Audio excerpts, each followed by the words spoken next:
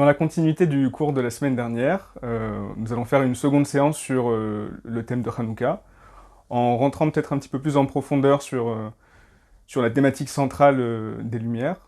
Et donc pour commencer, Rav, il y a une question qui me reste aussi en tête, qui est que notamment le Maharal précise que les Grecs vont être qualifiés vont être liés à l'obscurité, alors que leur pensée se veut celle des Lumières. Comment est-ce qu'on peut travailler ce paradoxe? Alors, dans le second verset de la Torah, c'est écrit Va'aretz hayta tohu vavohu ve'chosher al pnei tehom ve'ruach Elokim rachefet al pnei hamayim. La terre était tohu bohu, obscurité, sur la face de l'abîme. Le Midrash nous explique que les 4 exils, qui sont l'exil de Babylone, c'est Tohu, l'exil des Mèdes, c'est Bohu, Rocher, c'est l'exil des Grecs, et Théom, l'abîme, c'est Rome. Et le souffle de Dieu plane à la face des eaux, c'est le souffle du Mashiach. Bien. Maintenant, pourquoi dans notre tradition on dit l'obscurité, Rocher, c'est les Grecs, qu'en vérité, les Grecs se targuent d'être la civilisation des Lumières. Bien, j'ai entendu une explication au nom d'un Rav actuel qui s'appelle Rav Itamar Schwartz, qui a écrit une série de livres extraordinaires qui s'appelle Bilvavi, Mishkan et Bané. Il explique les Grecs veulent mettre les choses à plat et expliquer tout. Or, la réalité nous échappe et amène à l'obscurité. L'explication, il y a des dimensions d'obscurité. Je ne veux pas souligner trop le trait, mais nous vivons ça depuis une petite année, où on était dans une culture de super technologisation de tout, qui veut tout expliquer, qui veut tout rendre technologique. Et là, depuis 8 mois, personne ne comprend rien à ce qui se passe. L'obscurité. Donc, on peut avoir, Baruch Hashem, grâce à Dieu, la perception de la vanité de chercher à tout expliquer. Mais nous allons essayer de rentrer un peu plus dans le cœur du sujet. La culture qui a fait les persécutions à l'époque de Hanouka, c'était la culture grecque après la mort d'Alexandre le Grand. Alexandre le Grand, on sait que le précepteur d'Alexandre le Grand était le grand Aristote. Voilà. Et donc c'est la culture après Aristote. Pourquoi, dans notre tradition, on appelle ça donc l'obscurité? Certes, le Midrash dit Irshiru enem velibam shel Israël begzerotem. Ils ont obscurci les yeux et le cœur d'Israël par leur décret de persécution. Donc il y a une dimension d'une vie terrible. La vie était terrible. Mais pourquoi appeler ça l'obscurité? Alors on va aborder cela par l'enseignement base qui parle de Hanouka dans le traité Shabbat. Il y a très peu d'enseignements écrits relatifs à Hanouka. Pas une seule Mishnah. Il n'y a pas une Mishnah, une allusion dans une Mishnah dans le traité Baba Kama, 3 mots dans le traité Baba Kama, mais il n'y a pas une Mishnah spécifique sur Hanouka.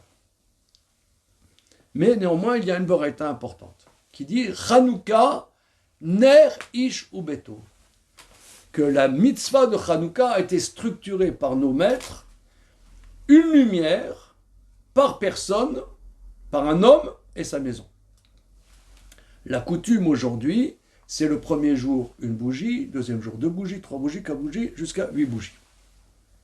Mais si quelqu'un n'a qu'une seule bougie, même le 8e jour, c'est bon, une bougie. Mais une bougie, alors une bougie par maison. La coutume ashkenaz, c'est une chanoukia par homme ou garçon. C'est-à-dire, s'il y a un papa et 4 garçons, il y a 5 chanoukiot dans la maison. Mais ça, c'est la coutume. Très bien. Au niveau de la halakha stricte, c'est une bougie chaque soir pour toute la maison. Pour toute la maison, mais en vérité, c'est lié à la maison. Si, par exemple, il y a une famille, il y a monsieur et madame Cohen qui ont 3 enfants, et monsieur Cohen est pendant Hanouka en voyage d'affaires, je ne sais pas, à Clermont-Ferrand. Il est à l'hôtel Ibis de Clermont-Ferrand, et sa famille se trouve au Lilas, ouais, dans la banlieue parisienne. Madame Cohen allume la Hanoukia à la maison. Monsieur Cohen est exempt d'allumer les lumières là où il est. C'est allumé dans sa maison. Même si lui ne voit pas les lumières de Hanouka, c'est lié à la maison. Donc, de la même manière, oui. C'est pas le maître de famille. En Si. fait, c'est Et s'il nécessairement. n'est pas là, c'est madame. Voilà, mais c'est la dimension de foyer qui C'est le prime. foyer. D'accord. Autre chose, pendant Hanouka, on est invité à allumer des lumières de Hanouka chez Tati Hélène, oui, et tout le monde va manger des beignets chez Tati Hélène. Alors, Madame Hélène allume avec son mari les lumières de Hanouka chez elle. Les invités allumeront chez eux. Ouais. Mais ils n'allument pas dans la maison où ils sont invités. Voilà. Si par contre, il y a une famille, pas Shabbat, dorme Shabbat dans la famille Cohen, par exemple, donc là, pour Shabbat, chez eux, ça sera dans la famille Cohen. Ouais. Donc la famille Cohen allume et eux, ils allument. Mais comment on va... Parce que ça s'appelle là, ce soir, c'est leur maison. Oui, mais j'entends. Mais comment est-ce qu'on va définir justement cette notion de foyer? Qu'est-ce qui fait cette distinction pour Hanouka spécifiquement? Alors voilà, c'est ce qu'on va essayer de rendre compte pourquoi la lumière de Hanouka a été structurée par rapport au foyer, par rapport au lieu de vie. Alors pour cela, on va prendre un petit détour sur un passage entre Jacob et Ésaü, lorsque donc Yitzhak et Rivka ont eu 2 jumeaux, et le verset dit ainsi au début de Parashat Toldot: Vaigdelu aneharim, vayoyi Esav ish yodeat saïd, ish sadeh, veyakov ish tam yoshev oalim.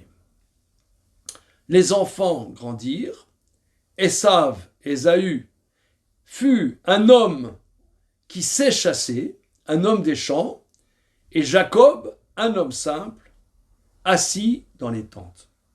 Assis dans les tentes, la tradition dit, il est assis dans les lieux d'études de l'époque, c'est-à-dire les shivas de Shem et les shivas de Héver, Shem fils de Noé, Héver descendant de Noé. Alors, qu'est-ce que ça veut dire que Ésaü était un homme qui sait chasser, un homme des champs? Rashi rapporte un midrash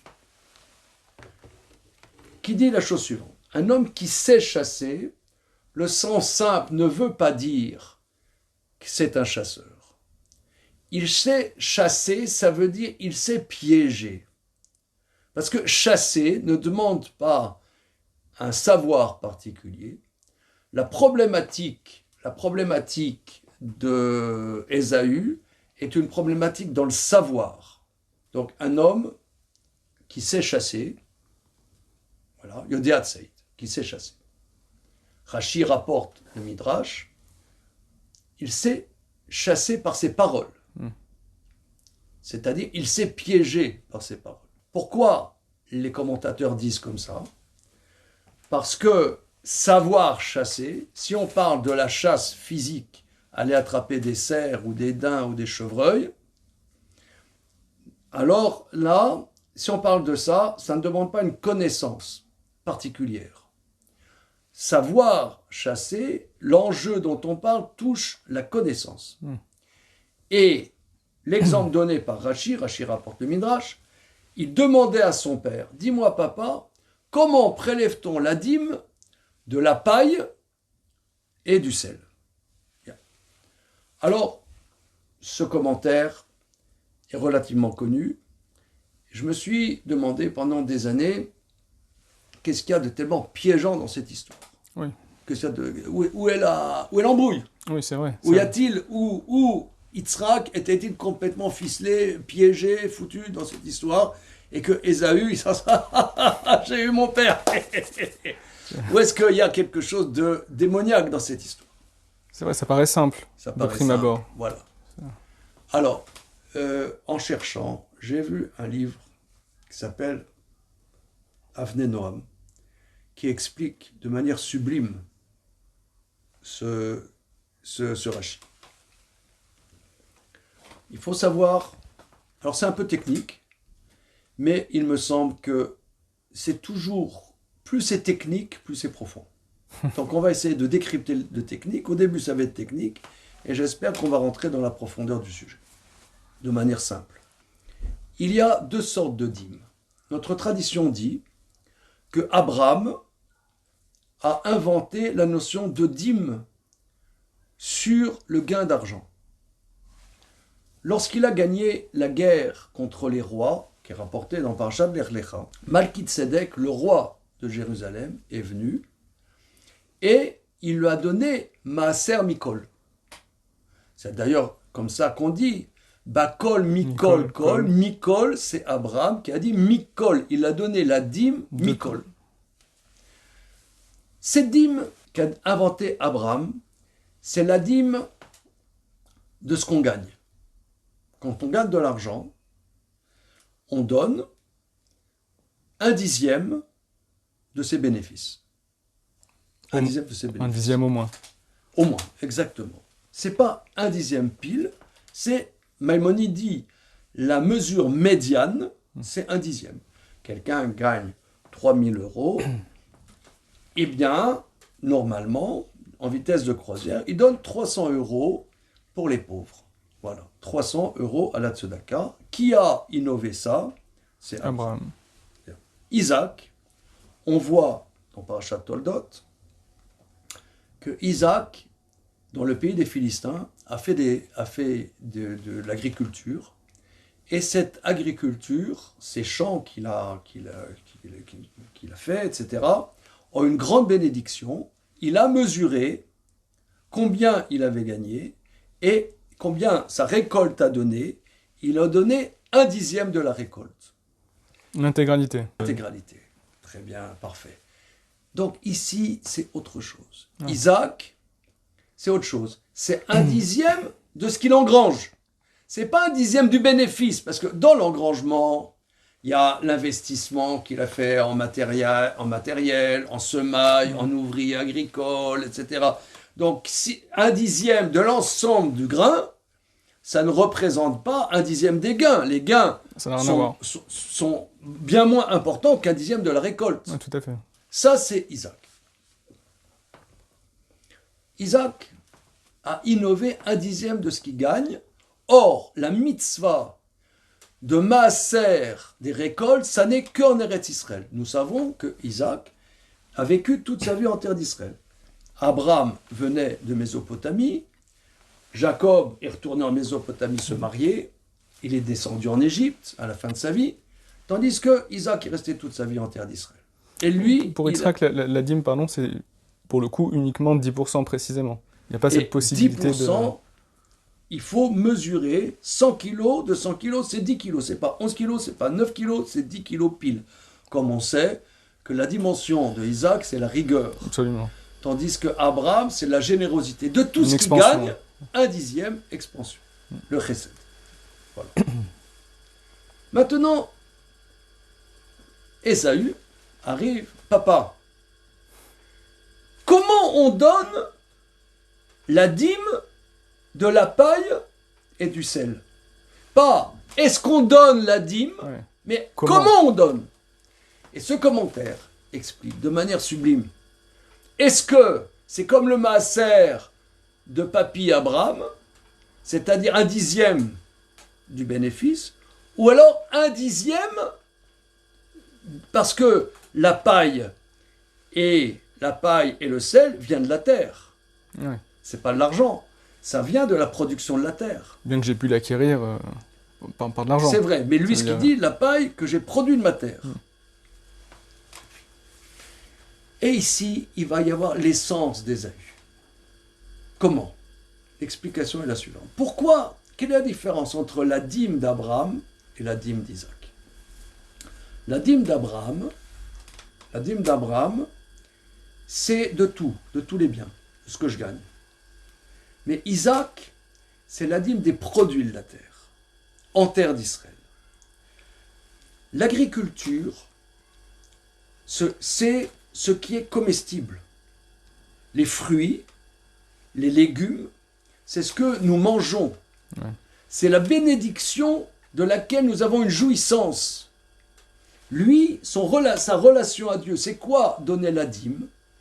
C'est la dîme, les commentateurs disent, ça, c'est 1/10, ça correspond à ce qu'on appelle la chorma, le yud, la lettre yud du tétragramme, qui a comme valeur numérique 10, représente la connaissance.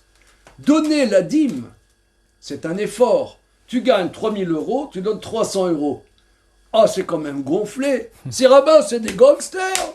Mais c'est des gangsters, 1/10, qu'est-ce que c'est que cette histoire? C'est moi qui ai bossé. Non, c'est que tu comprends que ce que tu as, c'est pas tu l'as, tu le reçois. Ouais. Que tu es un réceptacle d'une bénédiction. Et tu redistribues, tu fais participer de ce que tu reçois d'autres pour qu'eux-mêmes reçoivent cette bénédiction. C'est une compréhension. Abraham a une compréhension générale. Lui, il a découvert qu'il y a un créateur. Toute réalité vient du créateur. Isaac, c'est un niveau supérieur. Isaac, c'est pas seulement connaître au niveau intellectuel, mais c'est une connaissance intériorisée. Ouais. C'est ça les fruits de la terre. Les fruits de la terre, c'est ce que je mange, ce que je mange, ce que j'intègre. Prenons un exemple. Lorsque nous mangeons un repas fixé sur du pain, la Torah nous dit de faire Birkat Hamazon. Le Birkat Hamazon est après le repas. La Gemara dit Birkat Hamazon, c'est d'après la Torah. Amotzi lechem min haaretz, la bénédiction avant le repas, c'est une institution rabbinique. C'est un peu choquant. Tu pourrais dire, je vais manger, je suis hyper content. Ouais. Au contraire, tu vois, par exemple, dans les films de cow-boys, toujours là, ils se retrouvent, ils vont manger, il y a eu une fusillade, ils se retrouvent, ils vont manger, bénissons le Seigneur. Ouais, mais ça, c'est instinctif, tu vois, on va manger, on remercie le Seigneur. Alors ça, c'est rabbinique. Mais après avoir mangé, c'est d'après la Torah. L'explication, c'est que j'ai mangé, j'ai vécu cette bénédiction, c'est quelque chose de vécu, là, je remercie. Avant, j'ai encore pas mangé. Mais la bénédiction, c'est la dimension du vécu, c'est la dimension d'Isaac. D'autant qu'il y a même le terme de rassasier, ça veut dire il faut manger, être rassasié pour bénir. Pour bénir. Bachalta, vesavata, overarta. Ça, c'est l'innovation. Et c'est en Eretz Israël, la terre d'Israël, on a un lien vécu particulier, pas intellectuel, mais vécu particulier avec la providence divine. Mais quand je vous écoute là, ça m'évoque, je ne sais pas si c'est lié, mais on a l'impression que Abraham, comme vous le dites, est lié donc à l'idée de Chokhmah, puisqu'il y a cette dimension que d'un coup il va réaliser qu'il existe une source à tout, qui est Hachem, et donc justement de tout ce que je gagne, je vais créer cette dîme. Et Yitzhak, lui, de par le terme du fait de cette expérience qui est liée à l'agriculture, le fait d'ingérer, de s'approprier, on a l'impression qu'il y a presque une dimension qui est plus celle du date. C'est ça. Et qu'il y a une opposition entre... C'est la connaissance entre... intime, Ouais. absolument. C'est un niveau d'une connaissance plus intériorisée qu'Abraham. Abraham, c'est général, tandis que Isaac, c'est plus intériorisé en terre d'Israël.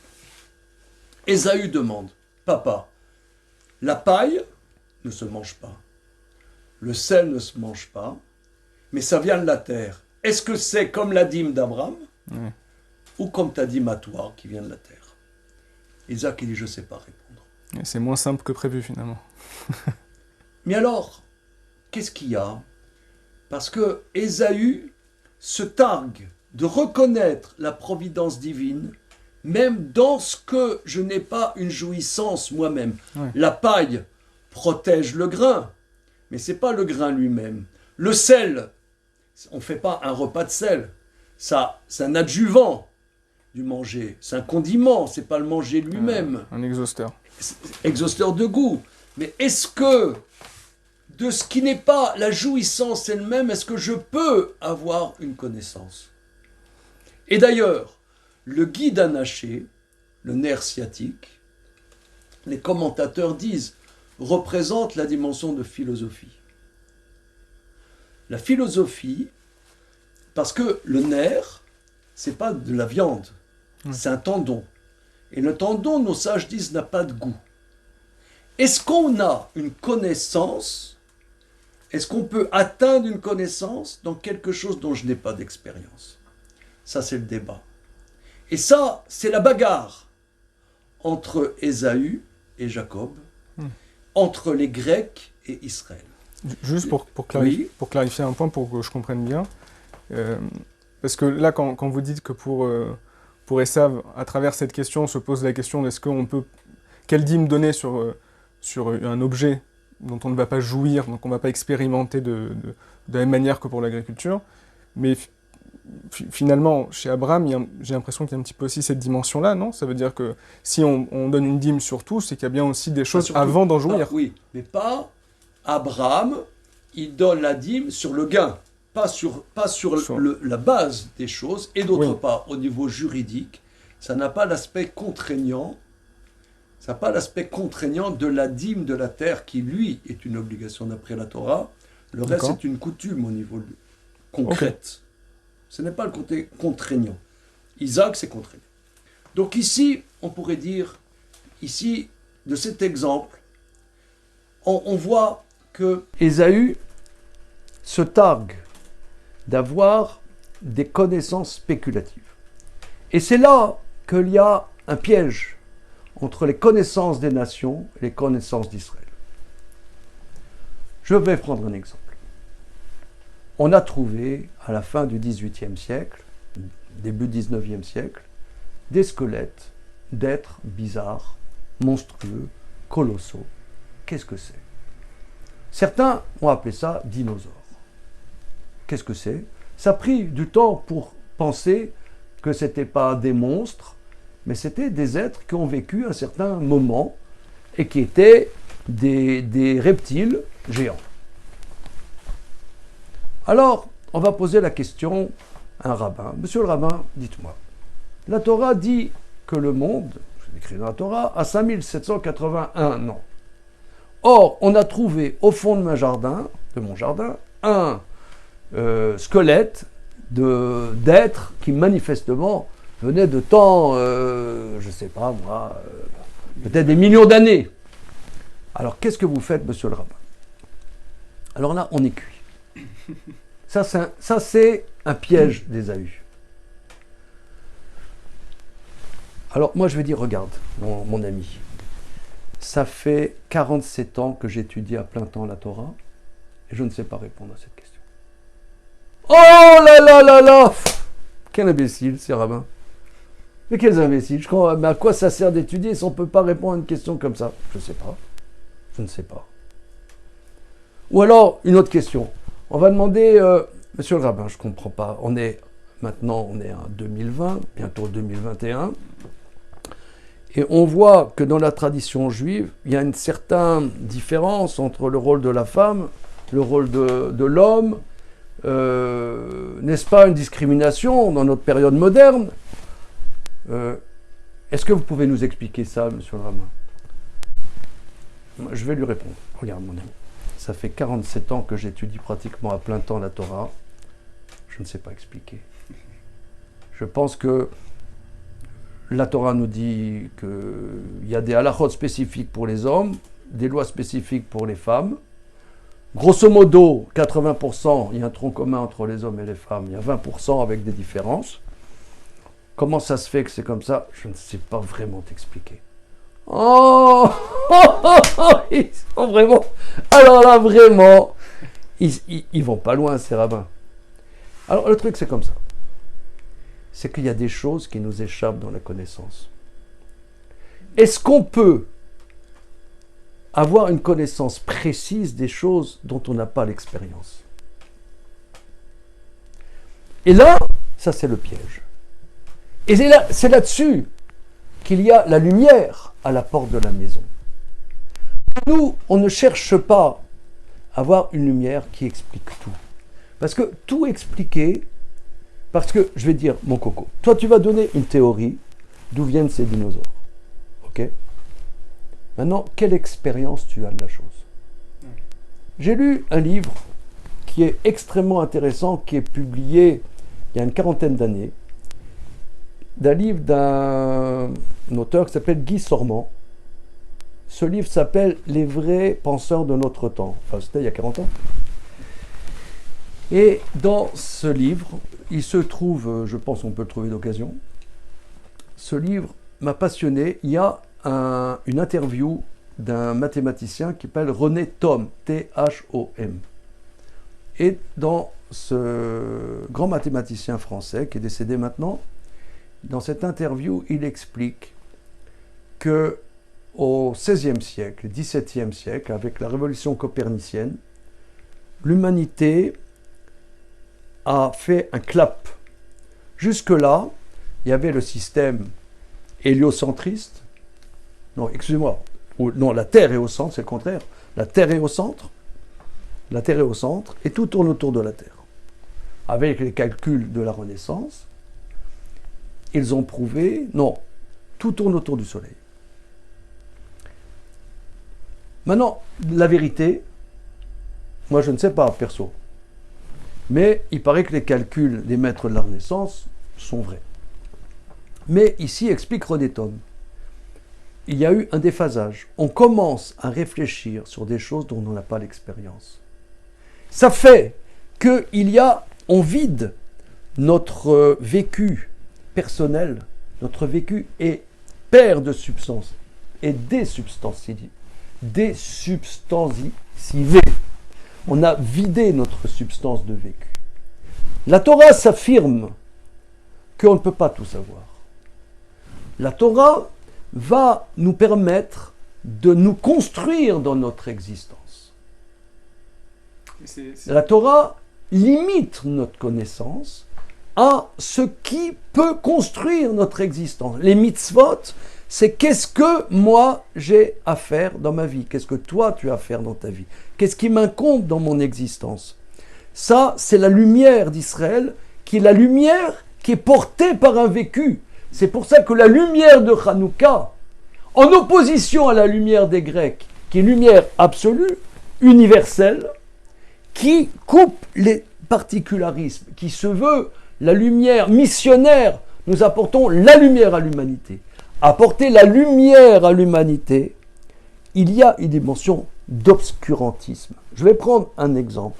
Je dis souvent à mes élèves, il y a quelqu'un a fait des études, par exemple, expert comptable. Prenons expert comptable. Un expert comptable. Voilà. Quelqu'un, c'est bac plus combien pour avoir terminé? Bac plus 8. Oui, bac plus 8. Je vais poser la question, monsieur l'expert comptable, combien d'heures dans votre cursus vous avez appris pour savoir comment vous conduire avec votre épouse? Pas beaucoup. Par contre, pour gérer une entreprise, beaucoup. Un peu plus. Un peu plus, n'est-ce pas? Là, il y a un déphasage. Oui, il y a une lumière, une connaissance très fournie, mais comment construire sa vie, je n'ai pas appris. C'est vrai que c'est l'organisation du quotidien qui va être différente. Ça veut dire que finalement, il y a la dimension de est-ce que je me focalise uniquement sur la connaissance de mon quotidien, de tout ce que je vais devoir vivre, ça veut dire un petit peu justement les relations avec mes proches, avec mon épouse, avec mes enfants, ou est-ce que avec mes parents, ou est-ce qu'on va sortir de ce cadre et retomber dans la spéculation un petit peu comme le fait ça. Comme le fait ça. Voilà. Donc là, on va pouvoir synthétiser. Ça ne veut pas dire qu'il n'y a pas de connaissance dans les nations. Ça ne veut pas dire que la connaissance des nations nous indiffère. On dit Chorma bagoyim ta'amin. Il y a de la connaissance dans les nations, mais Torah bagoyim al ta'amin. Torah, ça veut dire qu'est-ce que moi je dois faire dans mon existence. Ça ne veut pas dire que la Torah est la seule lumière, mais nous devons affirmer que la lumière qui s'exprime à l'intérieur de nos spécificités d'Israël, c'est une lumière et ce n'est pas un obscurantisme. Et une lumière qui se veut universelle, paradoxalement, est une lumière qui éteint la lumière de ce que j'ai à vivre dans mon existence. Donc ça, c'est ce que, à Hanouka, nous allons allumer cette lumière à la porte de nos maisons. Donc la lumière de Hanouka, on voit bien qu'elle est liée à la dimension du foyer. Là, on comprend petit à petit que cette notion est centrale. Et c'est vrai que des lumières du foyer, on les rencontre à un autre moment, notamment pour le Shabbat. Donc ça veut dire quel lien on peut faire entre ces nérodes de Hanouka et les nérodes de Shabbat. La question, elle est parfaite. Elle est absolument parfaite. Elle est tellement parfaite que c'est la question de la Gemara. C'est-à-dire que la Gemara, dans le 2e chapitre du traité Shabbat, qui parle des lumières de Shabbat, et c'est par rapport aux lumières de Shabbat que la Gemara enclenche sur les lumières de Hanouka. D'où la question. Le vendredi soir, on doit allumer des lumières avant l'entrée de Shabbat. Parce que comme Shabbat, on n'a pas le droit d'allumer la lumière, que ce soit la lumière à la flamme ou la lumière électrique. Donc il faut que la lumière soit allumée avant Shabbat. Maintenant, quelqu'un va dire, je veux rester dans le noir, vendredi soir. Ouais, on va manger le couscous dans le noir. Voilà, on n'a pas le droit d'allumer la lumière. Restons dans le noir. Ça fait une ambiance. D'accord. Nos maîtres disent non. Il faut qu'il y ait la lumière vendredi soir. Donc tu dois allumer la lumière avant Shabbat pour que tu aies la lumière le vendredi soir, que tu manges le repas de Shabbat avec de la lumière. Obligation rabbinique. Bien. Hanouka, on a l'obligation d'allumer une lumière de Hanouka. Quel est le lien entre les deux? Puisque vous avez dit très joliment que Shabbat, c'est le vécu. C'est le vécu. Le vécu juif, c'est Shabbat. Voilà, repas du vendredi soir. Comment s'articule la lumière de Hanouka avec la lumière de Shabbat? Maïmonide conclut les lois de Hanouka de la manière suivante. Quelqu'un est très pauvre, il n'a qu'une seule bougie. Est-ce que la bougie, ça sera la bougie du repas de Shabbat? Parce que la bougie du repas de Shabbat, elle est là pour qu'on voit clair, pour utiliser cette lumière. Il faut que cette bougie soit de bonne qualité. La lumière de Hanouka peut être d'une qualité moindre, puisque on n'a pas le droit de profiter de la lumière de Hanouka. Donc, il va y avoir vendredi soir, monsieur très pauvre, il peut s'acheter qu'une seule lampe. Est-ce que ça sera la bougie pour Shabbat ou la bougie pour Hanouka? Maïmonide rapporte la Gemara qui dit que la lumière de Shabbat prime la lumière de Hanouka.